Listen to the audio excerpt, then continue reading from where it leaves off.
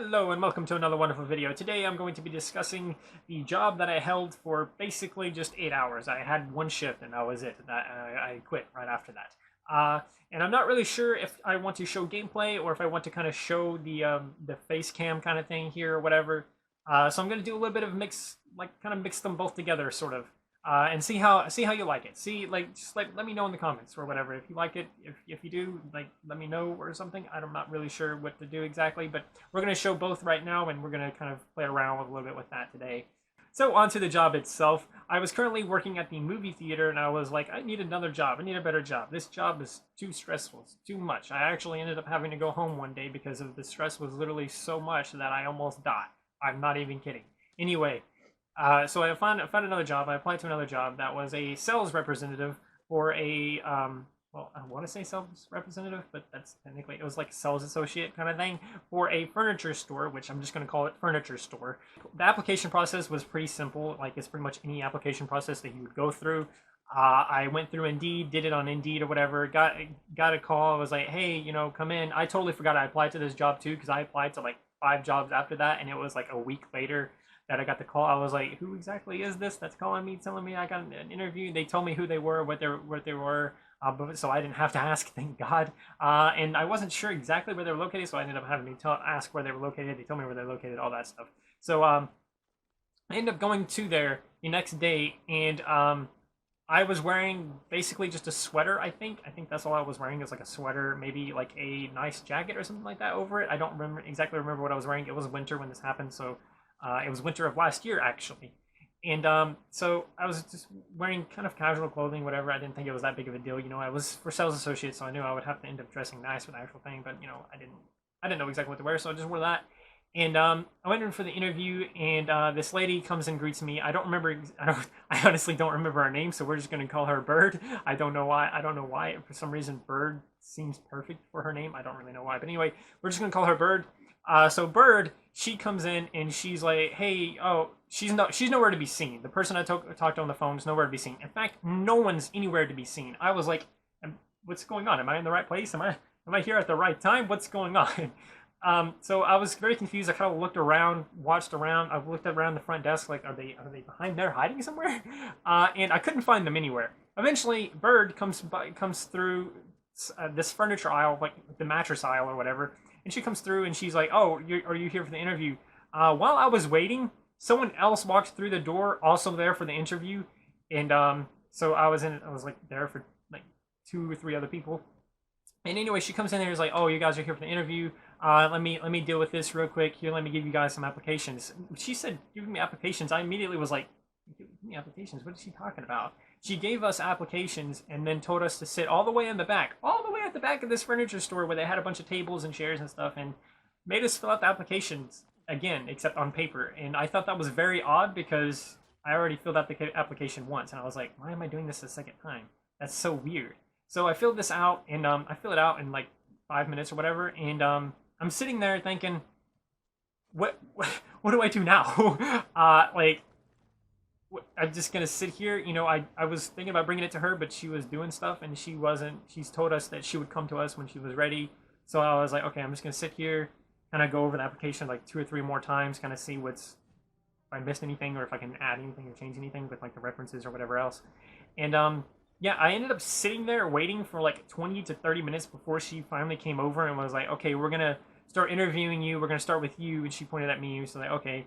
So we're going to start with me. She moved me literally 2 tables over. So the other people still filling out the application or waiting could totally hear everything we said, which was very awkward. It was a very awkward situation to be in. Anyway, so she ends up asking the basic interview questions and stuff like that. Why did you apply, that sort of thing.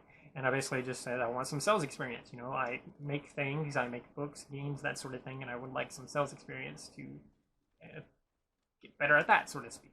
So I wanted some sales experience, and I really wanted another job because I didn't really like. I didn't really like the movie theater, so I wanted to get this other job. So I basically went through a standard interview process, I guess.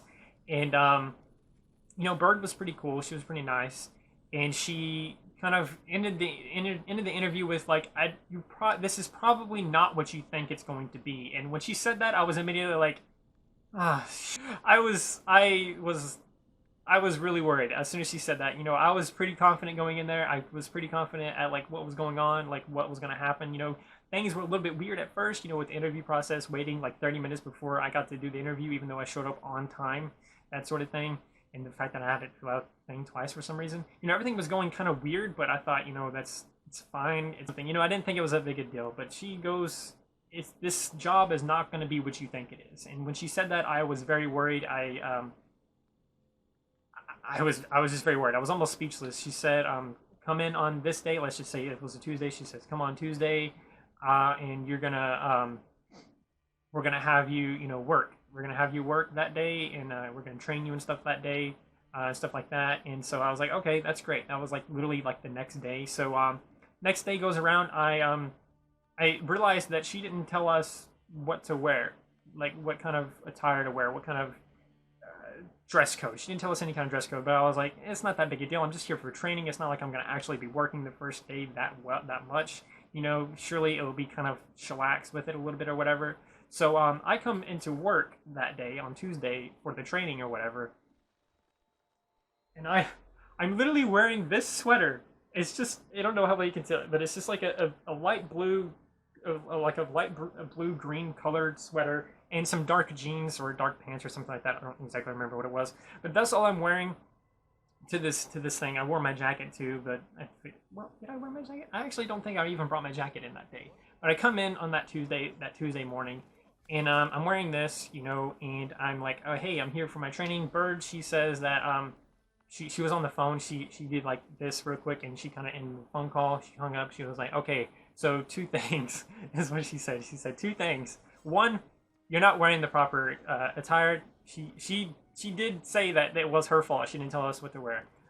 So she kind of took the blame for that, but whatever. So I was like, okay, I didn't know what to wear. Is this okay though? Since I'm just training, is what I asked, and she said no. You cannot wear this. You cannot even work today. You cannot even train today. She adds the second thing is I forgot to give you the employee handbook and stuff. So she gives me this book that basically gives all the rules and kind of different stuff like that.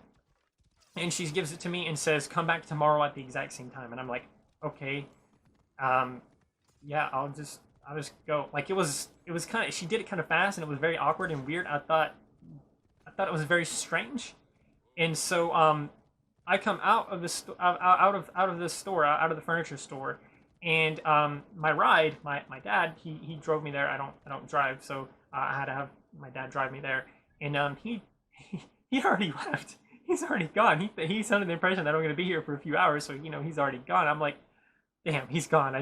It wasn't fast enough for him to stay, so I ended up calling him and I was like, hey, you need to turn around. Like they don't want me working today.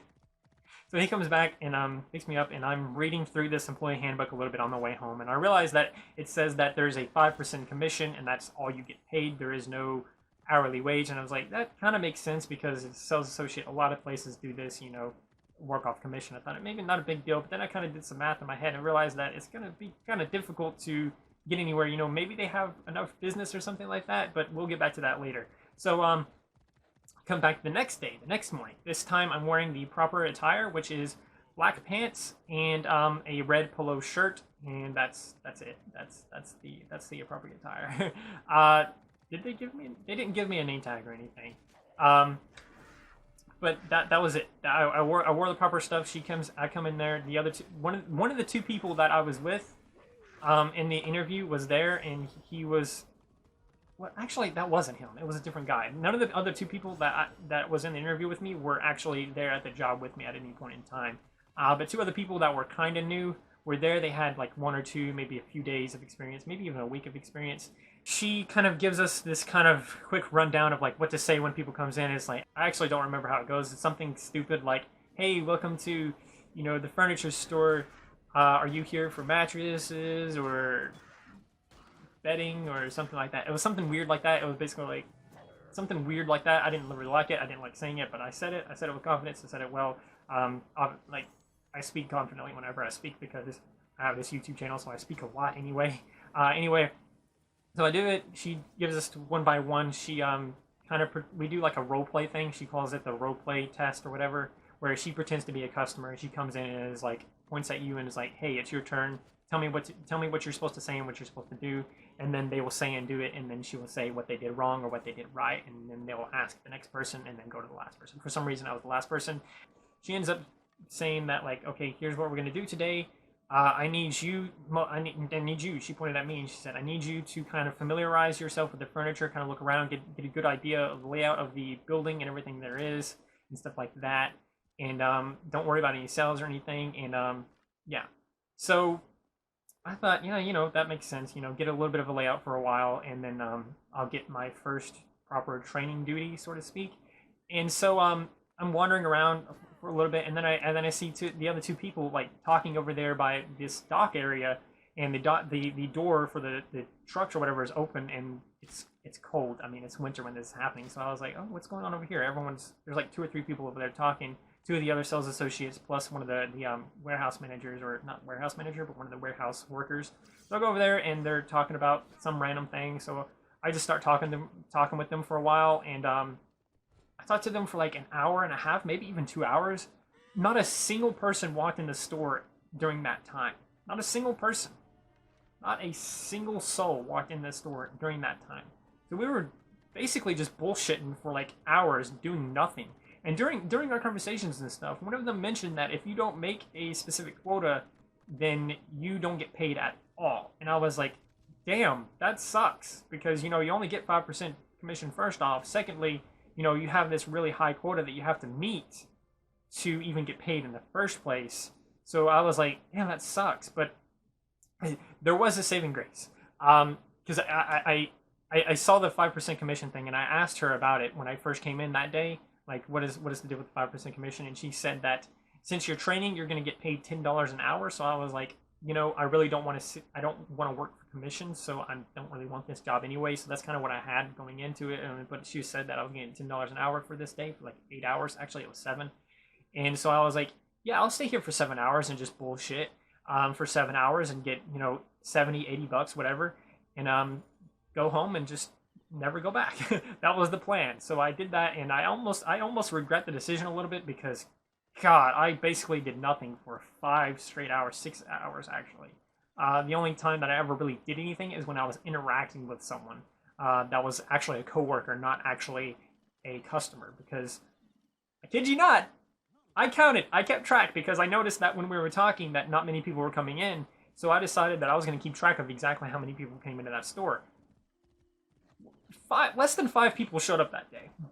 But like 5, maybe 4, maybe 5 people showed up that day wanting to buy furniture.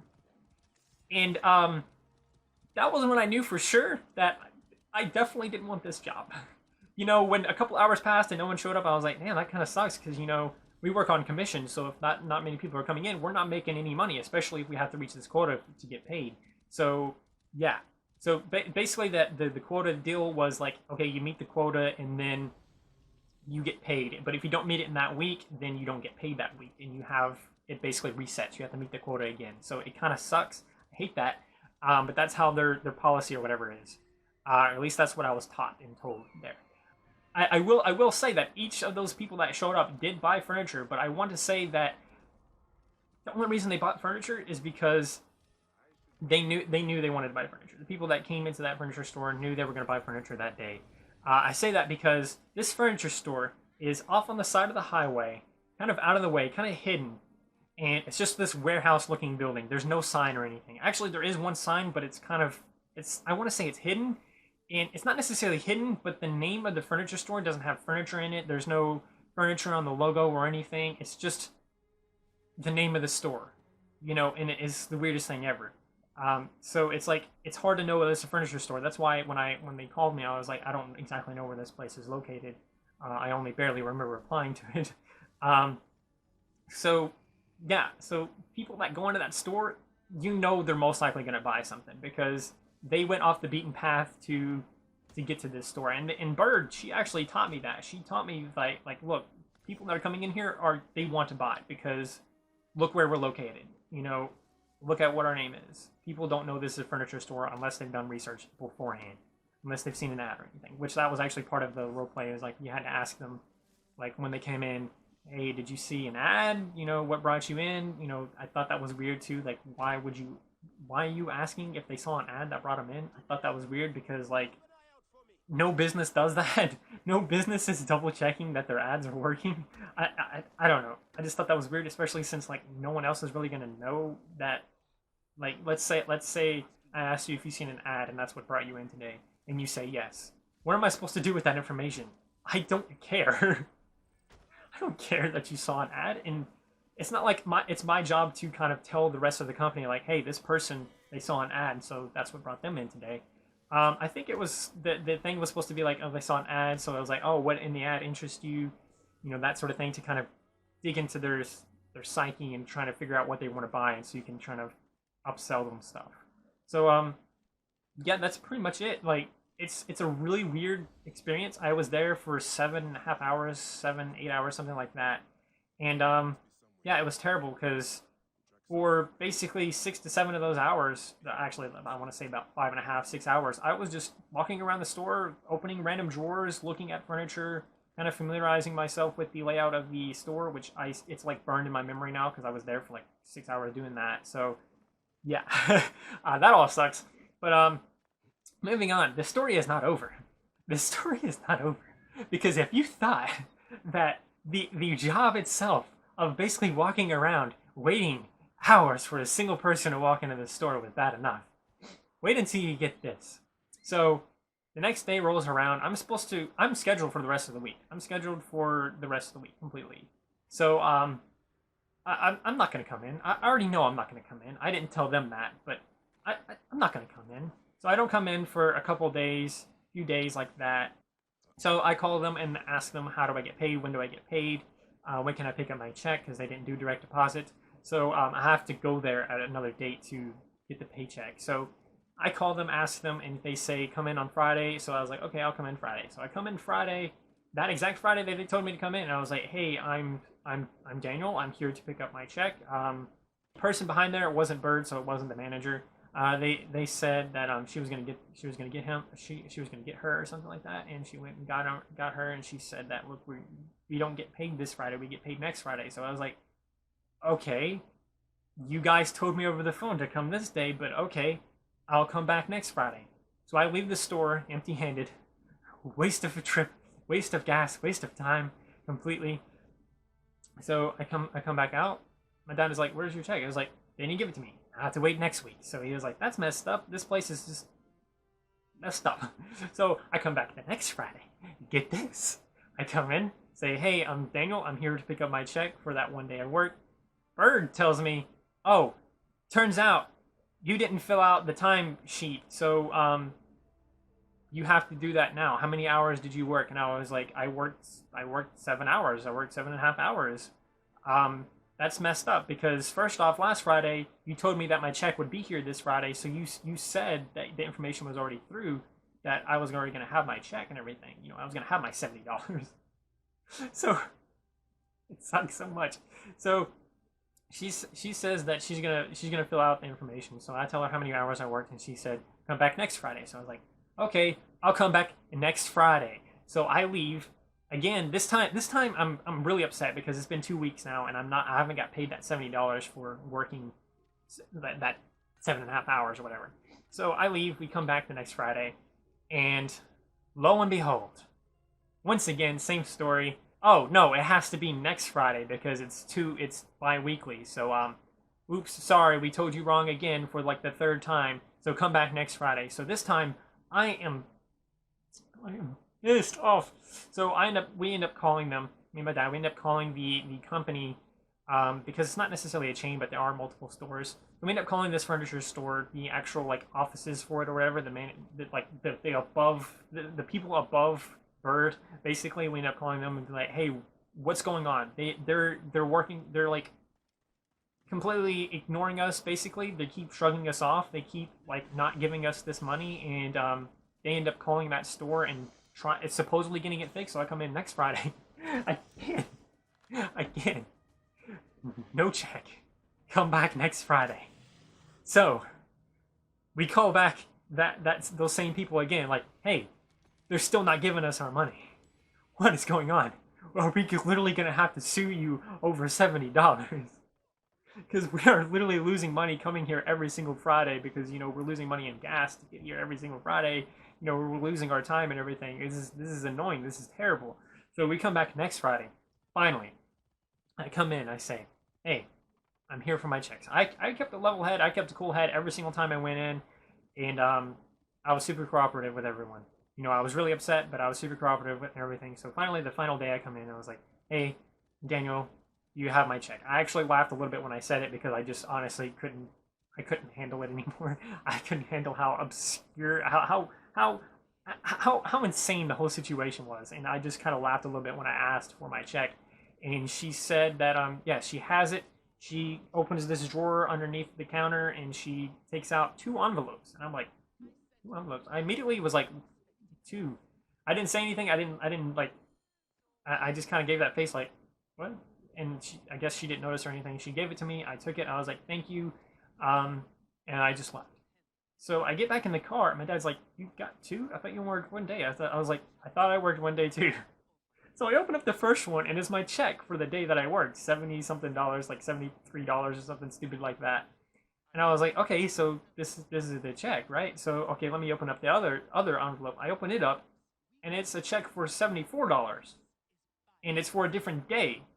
And I'm like, did I work 2 days?